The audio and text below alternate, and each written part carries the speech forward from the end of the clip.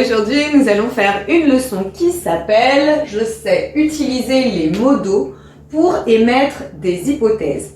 Et on est dans la séquence « L'art pour dénoncer ». Alors, l'utilisation des modos, va dépendre du degré de certitude que l'on veut mettre dans sa phrase. Si ce que je dis, il y a une très forte probabilité, je suis très sûre, je suis certaine, presque certaine que ça va arriver, alors je vais utiliser le modal must.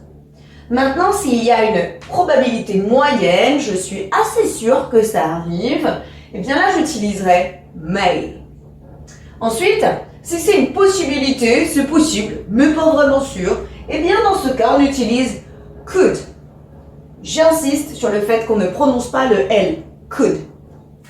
Si la probabilité en revanche est très faible, ce n'est pas sûr du tout, alors j'utiliserai might. Et pour terminer, si c'est impossible, et bien dans ce cas, on utilise can't. Let's practice now. Pour voir si tu as bien compris, eh bien nous allons remplir des phrases en fonction du degré de certitude. J'ai mis à chaque fois en français le degré de certitude que je veux que tu emploies. He, pas très sûr, come. Pas très sûr. He could, donc c'est le modal, ici could, on ne prononce pas le L. He could come, il pourrait éventuellement venir. Girl with Balloon by Banksy, là on est assez sûr de nous, represent the loss of innocence, la perte de l'innocence. Assez sûr.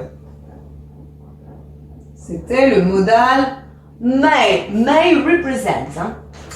Jeff Koons Plastic Balloon Dogs, là on n'est pas sûr du tout, criticize modern life.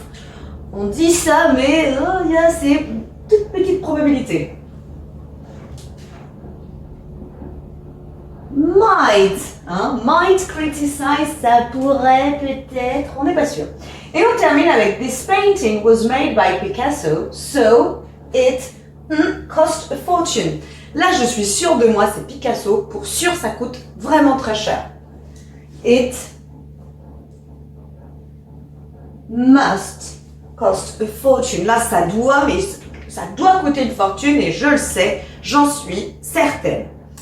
I hope it's easier for you now. See you later. Bye. Maintenant que tu as tout compris, entraîne-toi en faisant les exercices ci-dessous.